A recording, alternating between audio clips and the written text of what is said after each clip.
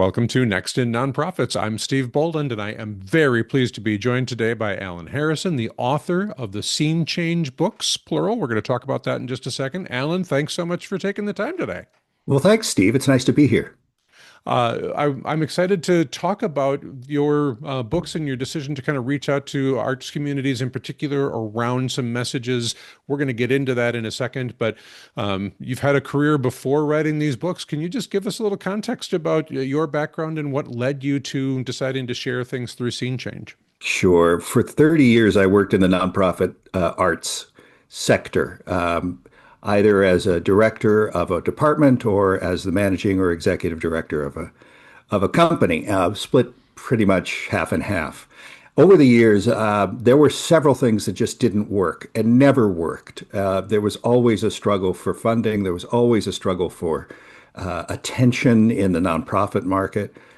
And I couldn't, because I had my head in the middle of it, I just couldn't even lift it up a little bit to see why and what we could do about it. We were constantly being told you have to do more with less. That's what arts people do, just as though the entire business was somehow an improv.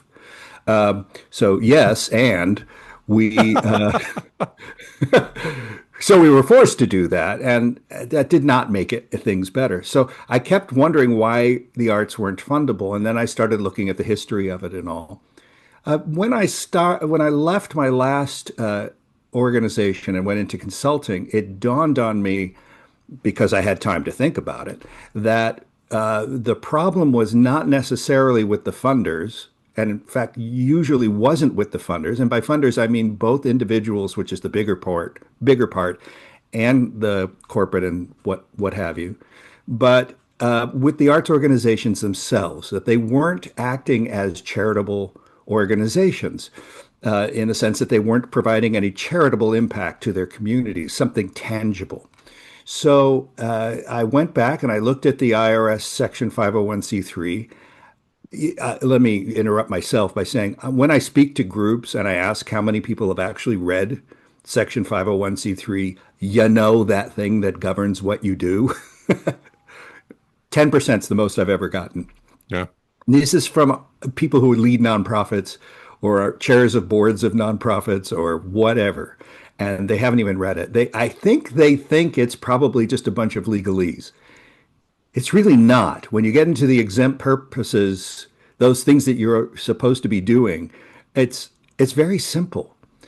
The arts don't do any of those things. The arts are never mentioned in Section 501c3 as a tax exempt activity. In fact, the IRS used to deny arts groups their 501c3 letter all the time until there was a court case not all that long ago, 1980, Plumstead Theater Society. And I won't get into the details of that, but basically it said because non-commercial arts organizations are doing sort of charitable work. They're training people. They need to get money from other sources. It was a really doing backflips to make a decision here Okay. but they did it. And so no one's ever challenged it because why would you? So arts organizations are allowed to get money even though they do no charitable work. The question has become over the last 15 years of year over year over year, funding drops. The pandemic sort of screws with that a little bit, but that funding was always going to be temporary. And so what they didn't take into account was, yes, we can get money even though we don't do any charitable work, but do we deserve a dime over other charities? And something that you've talked about in the past, that people give to charities because they want to give to an impact that they want to see happen. Hmm. Arts organizations weren't offering that. So I started putting together these writings and these books. And I started writing for Arts Journal, where I write a weekly blog and have for years. And it struck me that this was the problem. So I decided to lay it out in a book called Scene Change. The why today's nonprofit arts organizations have to stop producing art and start producing impact. Right. I put together quickly a second book that was really just for the board members and those who were in governance to say, here are your real responsibilities. Because when I asked board, I did a survey of 600 board members, and they really didn't know why they were there except to write a check or the equivalent of writing a Hmm. check. So I put together the second book. And then the third book, I thought people needed to see that it actually works when you are community oriented first. It solves a lot of the money issues. It solves certainly a lot of the reason that you're there issues. And I embedded with several companies across the country for a good deal of time and saw what they did that made them worthwhile as a charity first, using art as a tool and not as a product. And that essentially is the reason why nonprofit arts organizations exist. They exist not to produce art, but to produce impact, using art as the tool of choice. And the measurement then becomes the impact, which is tangible, as opposed to what a lot of arts leaders complain to me about, which is I can't measure art. No one's Hmm. asking you to measure art. We're asking, have you solved anything in your community that your community needs to solve? Not what they want, because if you just do what they want, then you just get the toxic donors involved, and you know what they want is their name on a plaque, maybe. But no, they want other things too. I mean, they're real people, Sure. but there are those who do want their name on a plaque and do want a room named after them, and they want to show that their Muffy and Buffy is better than your Muffy and Buffy. And that's really killing the whole elitism part of the arts is what happens when that happens. Donors to the arts, I have this in the first book, donors donate so that donors may attend, which means that the donor is also the beneficiary of the donation, which Mhm. is a textbook definition of elitism. So I want to come back to the first book in a second, but I want to contextualize our conversation today. Kind of came about because the third book is pretty new, just released a couple months ago, where you talk about those who get it, that Hmm. idea of centering community first. And I do want to go back to the beginning with a couple of questions about the earlier works that led up to this. But right as we're talking, we're recording this in February of 26. I'm talking to you from the Twin Cities and from St. Paul, Minnesota. The need of organizations to center community may never have been stronger than it is now. I mean, certainly the murder of George Floyd centered this community in the national spotlight in different ways. The current federal occupation of Minnesota is centering this community in different ways. How organizations, especially arts organizations, think about their place in that ecosystem is really interesting to me, and I want to get there. But I think there's some things in your first couple of books that want to set the table, and then let's come in and really talk about some examples. So, Hmm. you have a quote early on, a sort of provocative statement of, the purpose of art organizations is not the production of art, but the production of impact using art as a tool. And I have had the pleasure and joy of working with many arts organizations who would immediately just say, art in and of itself, good. Art good, no more conversation. Art needed, art human, art good, and feel a resistance to talking about community-based impact outside of just having been a human person that experienced art. So I ask you to talk about that, but also in the context of there are for-profit arts organizations that are not seeking charitable donations, that are charging, ticket fees, and they're selling ads and programs, and they're making revenue in all kinds of ways that nonprofit arts organizations also can do, but they don't put themselves out as a community asset under the 501(c)(3) definition. So when you talk about impact using art as a tool, I assume we're talking about those folks that do define themselves as charities. And if others choose not to, they can be something else. Absolutely, 100%. And I tell this to uh, nonprofit arts organization leaders all the time. If you want to go for profit and really follow this idea that do whatever you want, go for it. It's not all that hard. There are some taxes you have to pay that currently we as your community are paying for you because we've trusted you to be a charity. But if you want to forego that and you want to sell investments and you want to sell, put together prospectuses, I guess, um, Probably.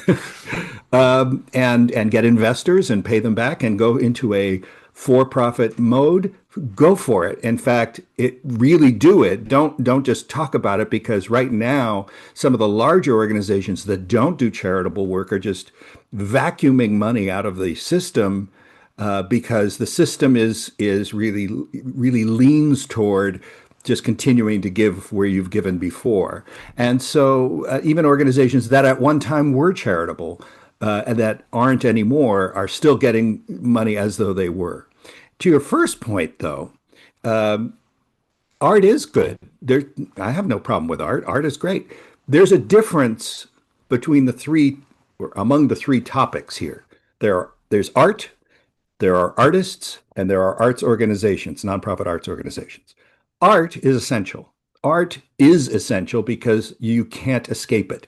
It is everywhere. The least art, I'm now holding a white coffee cup, as Steve will attest. It is Yeah. probably the least artful thing in my room, but even it was designed, therefore it is art. And so everything about art is essential. I remember a stand-up comic used to say, on the 4th of July, we were so poor that we didn't go out to see the fireworks. We just closed our eyes and rubbed them to to get the same effect. That's art. Art is art. Art is essential. Art is a wholesome good. That is not relevant to the conversation about nonprofit arts organizations. We'll get to that in a second. The second piece is artists.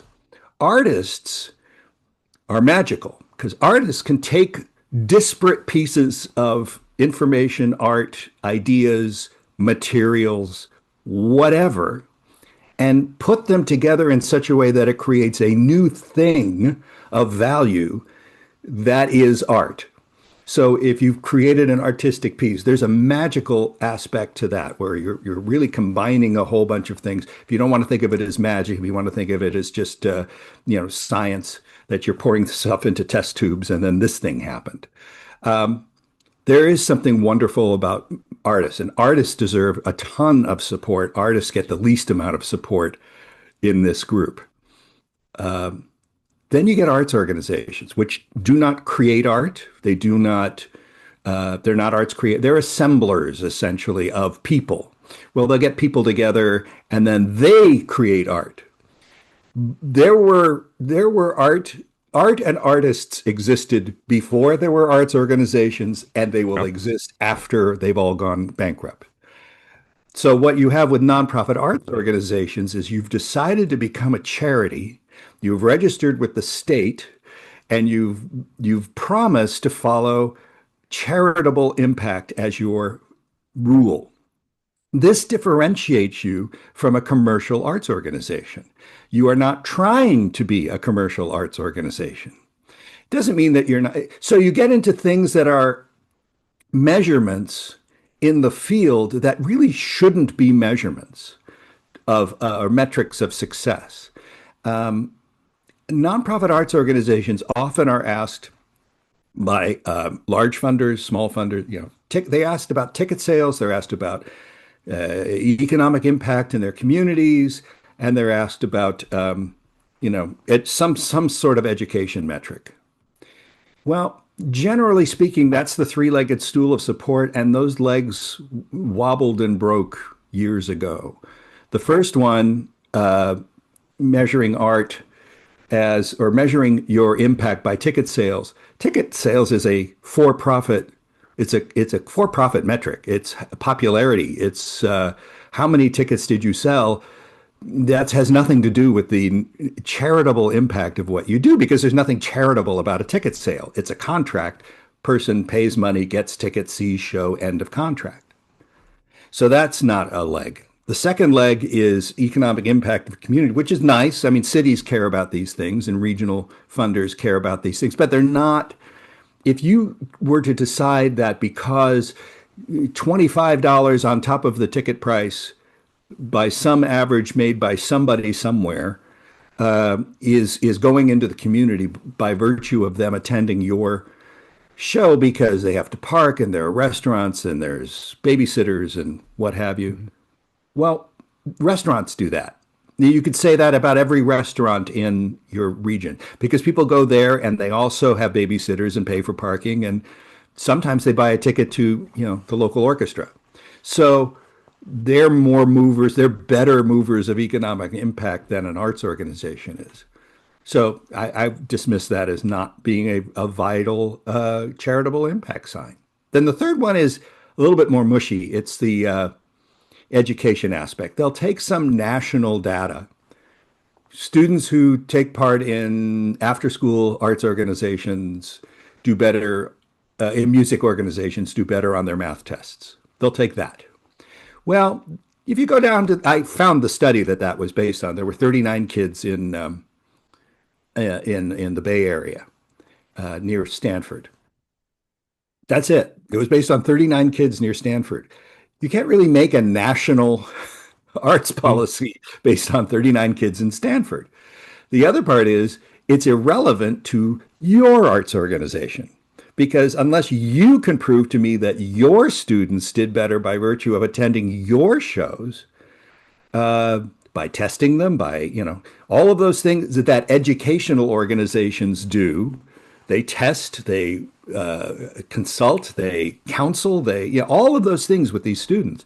But unless you're doing that too, if you're just inviting students to come see your show, I mean, it's nice, but Mhm. it's not Sure. charitable unless you test them and see that they're actually learning something from it. So those three stools are gone. That leaves what? So it is up to the arts organization itself, the nonprofit arts organization itself. I keep having to put that in there just to make sure you know Right. that's what I'm talking about. To try and go back and say, how can we measure what we're doing by impact? And I always say to them, the first thing you do is go talk to the leaders of your community, see what they need. If you can solve those things, and they might fall under the exempt purposes of the IRS code already.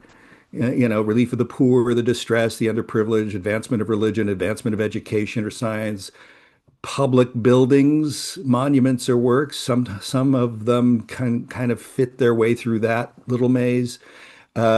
Lessening the burdens of government, lessening neighborhood tension, which is what's going on in Minneapolis right now, Right. eliminating prejudice, discrimination, defending human and civil rights secured by law, combating community deterioration and juvenile delinquency, and animal rights. That's it. Do one of those things and find the metrics that prove that what you did as an arts organization achieve that. And now you're worthy of the donations that you can get, and you open yourselves up to broader based funders who are looking to do exactly those things. You just happen to be doing it with a tool of art. And when we get into Scene Change 3, the ones who get it, those organizations are the ones who went back and said, no, no, no, what's important to my community first? And then what kind of art can I do either in response, to help, to educate, to what is it that I can do to make my community a better place to live for everyone, especially the underserved. So let's talk a little bit about Scene Change 2, and I want to spend more of our time on 3 as the newer piece and something that I think learning by example can be really helpful, and I think clarifying that. But you mentioned right before we started recording that you wanted to create Scene Change 2 after the first book to address directors of nonprofit corporations more specifically, to give them some tools and ideas to work with more directly. You laid out 5 kind of areas of responsibility, but this 6 to infinity was kind of fun to me as we saw this idea of learning and governing. And if you want to address anything about the board of directors in the context of this conversation, that's certainly fine. But as you laid out those kind of responsibilities and thought 6 to infinity, the world is changing a lot in some places, not as much in others. How do you emphasize the role of a volunteer board learning versus, the executive director, the artistic director, the managing director, whatever staff roles you might have, in that charitable conversation. I think that that's a Mhm. really important and insightful moment. Well, the most important thing to know is who owns your company. My father was a Right. CPA for 50 years, 54 years, something like that. And even he, while I was working for these nonprofits, kept asking me, who owns your company? He had never worked with a nonprofit before. And I said sort of glibly, you do, Dad. Right. You own the company. And he said, well, no, I don't. And I said, well, yeah, you kind of do. And here's why. And Right. so the taxes that are being exempted both for the nonprofit itself and for those who are donating to the nonprofit who are getting a tax break.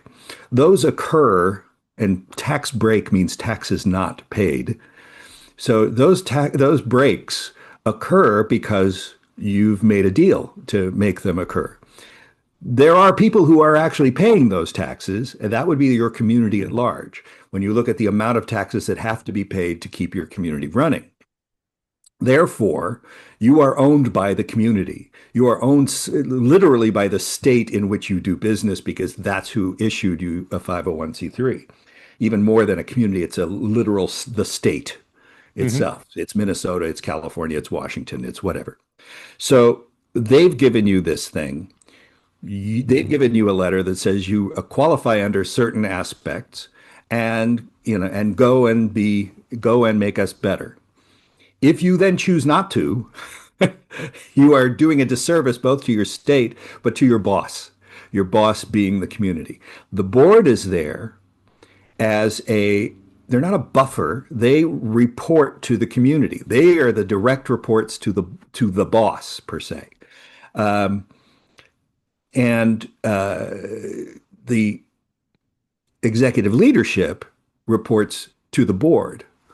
So what has to happen is the board is not, if the board sees itself as policymakers rather than reporting to the community who's the policymaker, that's where you get into a little bit of trouble and a little bit of haggling. And that's more of a corporate setup.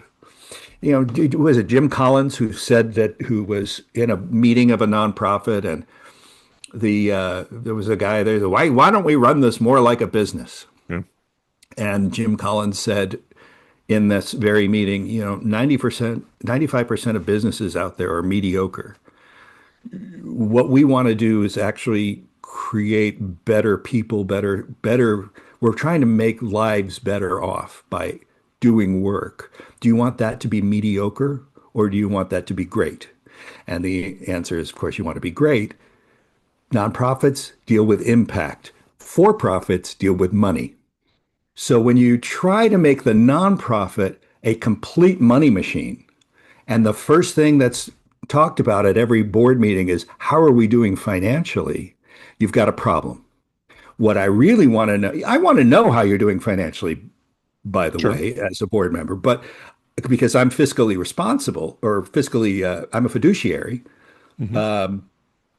But I really want to know how many people were impacted. What did we do to make life better? If we did nothing, I want to know why.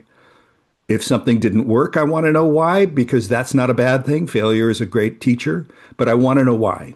And I want those impact reports. I don't The money is just money. Money is and I don't mean to downplay it because it's hard to get money, but it's just money. It's not what nonprofits do. So it is harder to run a nonprofit successfully than it is to run a for-profit, because a for-profit, you're just dealing with money.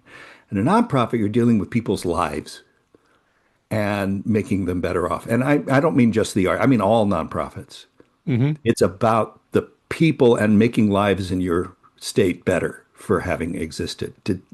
I don't know if that answers your question, Well, but a little more, if you would, on the learning part in six, oh, because you sure. talk about the role of these boards, and there's all of the other stuff in 1 through 5, and there's some really good points there. But to me, that idea of how are you not just going, we produced a full season last year, ticket sales were good, audiences seem happy, that's nice.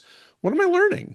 How do we talk about The more you learning and talk reporting about more? that, yeah. So the more you talk about that as your metric, the less you're talking about your charitable impact. Hmm. Audiences were happy. That's nice. It has nothing to do with your work as a nonprofit. Tell me how people got better. So what with board learning, I would like to see, and in fact, when I do consults for boards, and I've done a few, more than a few. What I talk to them about is tell me what was made better by the company existing this month. What happened this month that or what's in the plans? What's in the 2, 3, 4, 5 year plan if you've got one? I don't necessarily hold to the fact that we should all have 5 year plans, but Hmm. what's in the coffers? What's in the hopper? Excuse me, wrong word. For making the lives better in the community. Why are we just talking about how happy people were with the season of art? We've already agreed art is a universal good. It's not a charitable thing. It's just a universal good. It's like water and air. So if I provide water and air, do should I get a donation for that? Because there's lots of water and air. So me producing more water and air doesn't really help. Now, if I'm cleaning the water and air that exists, that's Hmm. a charitable thing. That's, something. But if I'm just providing more, big deal. So I think what board members can learn, and in fact, in that particular book, there are exercises and worksheets and discussion prompts and things for boards to take back to their board meetings. And if they really want to have a retreat, have a retreat. I've always thought that board meetings were mini retreats. They should be thought of as mini retreats rather than as reporting sessions. Let the executive director issue a written report, read the damn report before you get to the meeting, and then have the meeting be about the future. And we go into a great deal of detail about how much a board meeting costs the organization. And if you're spending that much money on a board meeting, and it's a lot of money, it's sort of implied money, it's in kind sort of money. But if you're spending $100,000 a year on your board meetings, you want to talk about the past or you want to talk about the future? Me, I want to talk about the future. So find ways to use these prompts, to use these discussions to form your board meetings, not around the numbers, around money. Not even a report is necessary, or a fundraising report, or how we did at the last gala, but more about how we help the people in the community. Keep your focus on the people in your community and what you're trying to do to make life better. And it will naturally bring you to the notion of your company becomes like in Minneapolis, your company becomes like Mixed Blood Hmm. Theater, which does exactly that. Or if you're in Atlanta, it becomes Out of Hand Theater. It becomes the Louisville Orchestra. It becomes, there are companies that do Voices of Our City Choir in San Diego was one of my favorites. Completely comprised of people who have no homes. They are in, the unhoused is I think is the word that they prefer. That company prefers, and yet they were so talented as a group and worked together as a group that they were able to help each other get their social services met. And people who have been homeless for 2 years now have homes, and people who are had no friends now have friends. You lose people when you're homeless. There's a whole lot of issues that happen when you're homeless. So, So uh, we're kind of trailing into three here. So let me just kind of close us on two, that oh, this sure. idea of in the second book providing all those worksheets and that opportunity for the boards to really think about themselves as learning organizations that are not just, what's last week's or last board meeting agenda, change the dates, add some new numbers, do the Yeah, same God thing. forbid. Learn about what is changing in your community, what's happening. Where's there an opportunity for your work to change and impact that as things go? So I really appreciate that challenge of the first book setting out the context and the challenge that you're about, community impact. The second one giving the board some tools to do that, including this learning imperative. But this new book, the third one, those who get it, uh, helping people to sort of learn from example, I think is a really important way for some people to access information where it may seem a little esoteric otherwise. And it's like, what does that look like in the world? And you've got a new opportunity in this new book to help people access that way. I was excited to see Mixed Blood on the list of things that you wanted to share about. I'm wondering if we could actually kind of begin there. Of why does Mixed Blood get it? How do they center a community in ways that maybe some other organizations that are near or around them? Because I know where they are. I've been there. There are five or six other theater type organizations pretty close, but none of them are mixed blood. It's geographically, there's a lot in common. Mission wise, I see some big differences. How do you help hold that up and think about them as an example? Well, first is the idea that they started that way. Yeah, They were never not that way. true, true. Part of the issue with a lot of organizations in becoming worthy of a donation is inertia. And it's inertia in a bad way. It's we've always done it this way. And how many times have we heard that phrase from untalented administrators? We do it this way because we've always done it that way. Well, we hear it among arts organizations constantly. So they have the advantage of having started with the idea of, no, we need to make our community better. We're going to do plays. We're going to do plays that make our community better. We're going to involve people who are unrepresented in the community. We're going to bring those people out to the community itself. We're going to see how we can tackle the issues that they're tackling rather than just talking about them.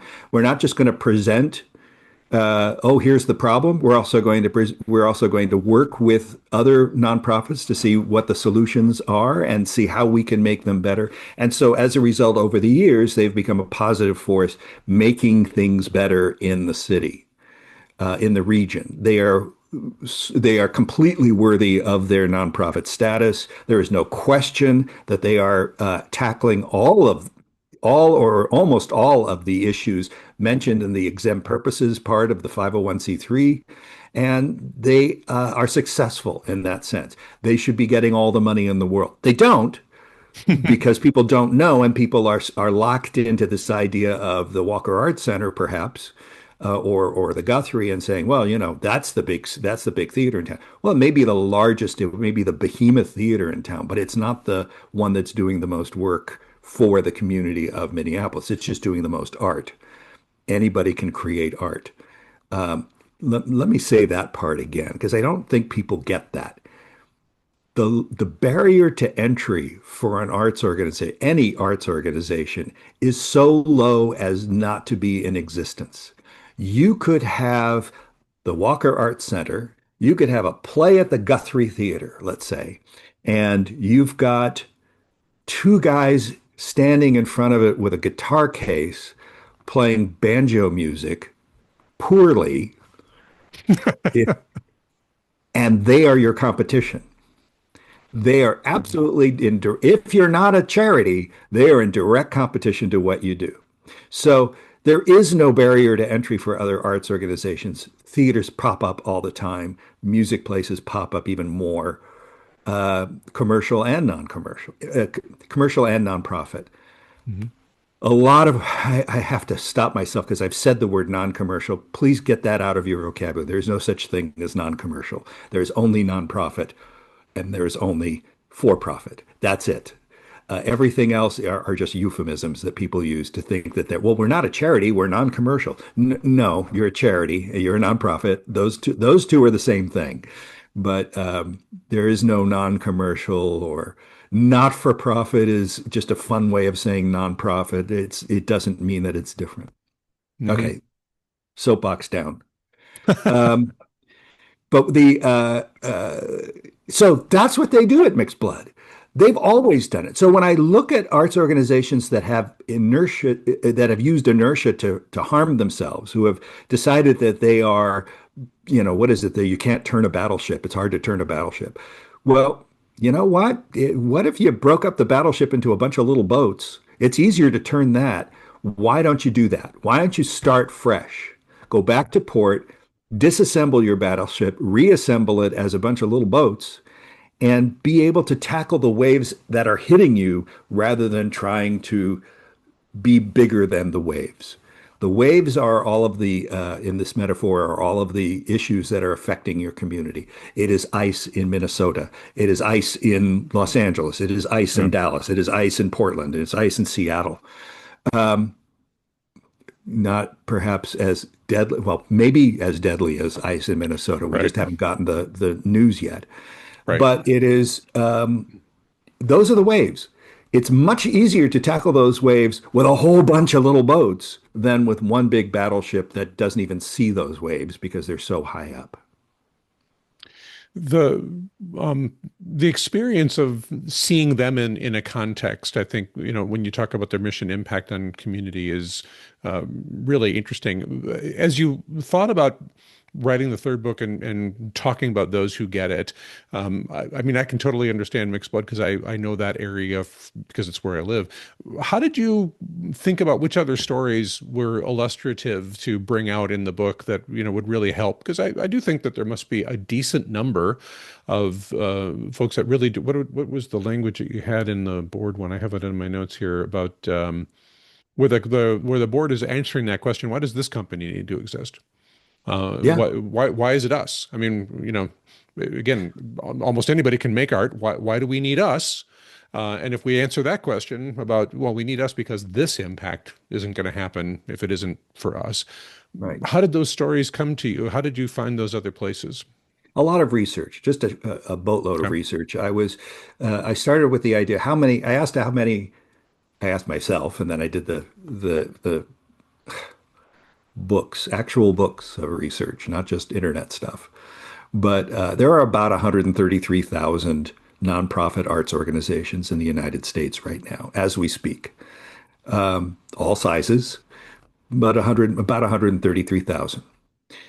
Some of them are not a lot, frankly, but there's a group that sort of fits under religion, arts organizations that are really religious organizations that happen to use art to push forward religion. And actually, that's okay because advancement of religion is one of the exempt purposes in the IRS code. So go for it. But the rest of them are varying kinds of arts organizations. I started asking around. I have 30 years in the business, so I asked everybody that I know who is actually doing the work and succeeding that I'm talking about. I started that at the beginning of the first book. I started making these calls and saying, I can't just say do this without saying and here's somebody who did that. But I wanted to save that for one whole book.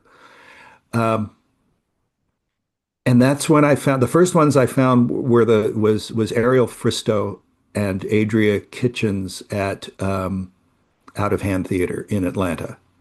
And Out of Hand Theater, which I'd heard of, not much. I knew that they were more of a community arts organization. I didn't know where they got started. Turned out they had a fascinating way of starting. In many cases, these arts organizations turned to this idea of serving community first because they were forced to. They had gone broke as a traditional nonprofit organization dependent on tickets.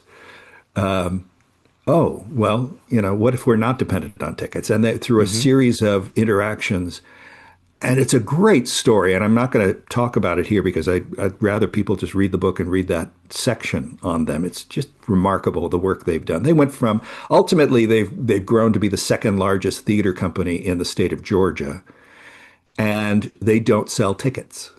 They do their work in living rooms, in church basements, in health centers, in they do work with the state of Georgia. They do work with the Coca-Cola company, with Home Depot.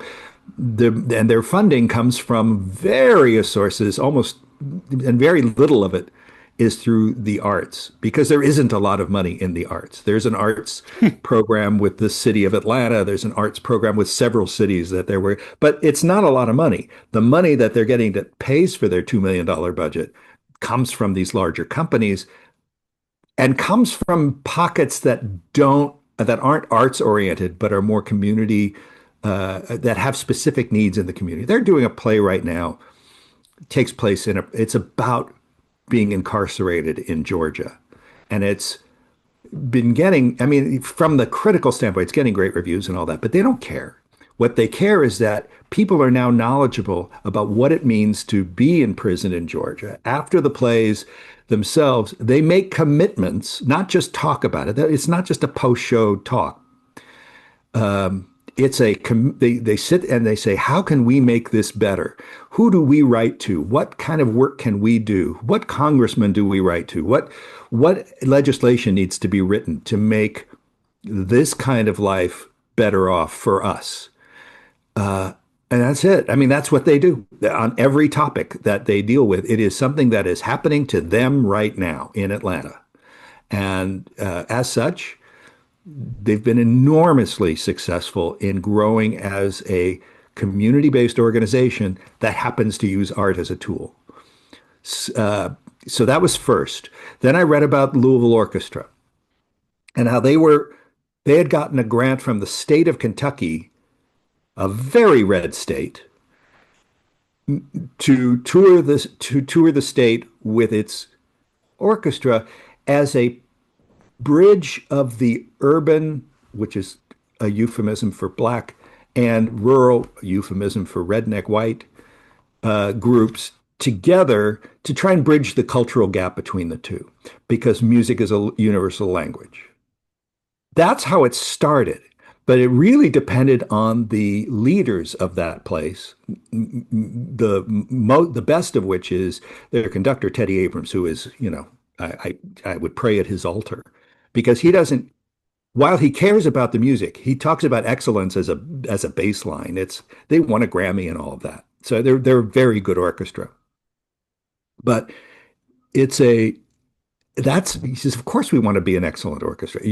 Striving for excellence as a mission, though, if you're not doing excellent work already, then striving for excellence means nothing. In fact, striving means nothing. And he talks about it in terms of achieving goals. So they perform their statewide tour in every county in the state. Got 4.2 million, something like that, to do it. And not only do they go to the county and perform free of charge at these little places in high school gyms and public libraries and places that are not really meant for performance, cafetoriums in high schools. Hmm. And this is a major orchestra. But they do Kentucky's music for Kentuckians.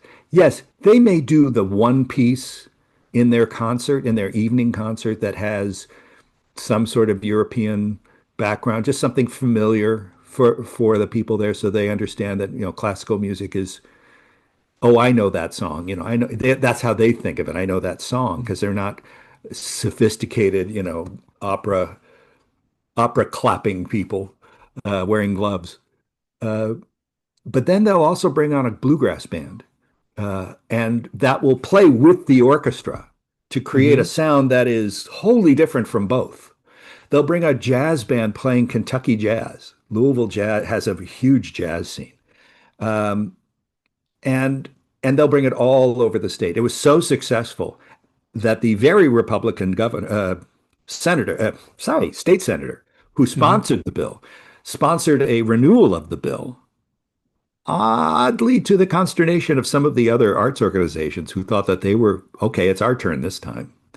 But they proved to be so successful, they gave it to two of them again. So they got another 4 million, 4.5 million to go tour the state. That is what they're center of what they do. They now only do 17, 18 performances in their big, scary prison-like hall at the Kentucky Center for the Performing Arts. That's it.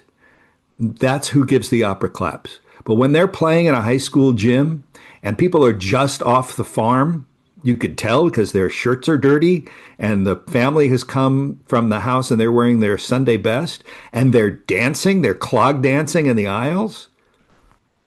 This is an amazing community asset for the whole state. And in fact, it could only exist in Kentucky. That's part of the discussion of goes to the board members.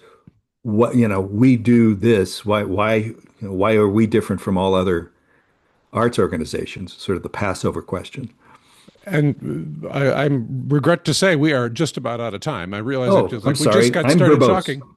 We just got started with all sorts of great examples. There's more in the book. We will have links on how to buy the books. This last one, of course, being those who get it, but the first couple of books that talk about the idea of making change and engaging your board and whatnot. But one quick wrap up is there a fourth? Are there things that you're thinking about? Are you going to be done with this for a little while? Do you know? Trilogies are kind of fun because they're trilogies. And so this will be it for the Scene Change group, Okay, probably to the relief of a whole bunch of the arts organizations who don't want to hear why they're doing bad work anymore. The blogs continue on Arts Journal great. every I publish every Tuesday morning if I can. And but the books, I'd like to get them out. I'd like to, I'm not going to make any money off of these books. Let me tell you, buy the book, and it might defray some of the costs that I had to put it all together. But it's really more about getting the message out into the communities that arts organizations don't have to be toxic. They don't have to be elitist. They don't have to be run the same struggle for money because they're only looking at extraordinarily rich people and a few foundations. There is plenty of money out there to do what other companies and individuals want to do. If two-thirds of the or more than two-thirds of the money that is out there for funding is by individuals, not by corporations, then why are you spending so much time working with the potential home run ball that you're never going to hit with the big grant, rather than that. You go with the small groups and appeal to them not by virtue of the art that you produce, because art is not a nonprofit product, but by the impact that you make on their community and how you make their life better. Once you do that, they'll open up their pockets, they'll dig deep. Outstanding advice. Alan Harrison is the author of Scene Change 123. We'll have links in the show notes for being able to access those books as well as the blog that you're talking about. We'll make sure that that's available in the show notes too. Alan, thanks for taking time to talk with me today. Oh, it's my pleasure, Steve.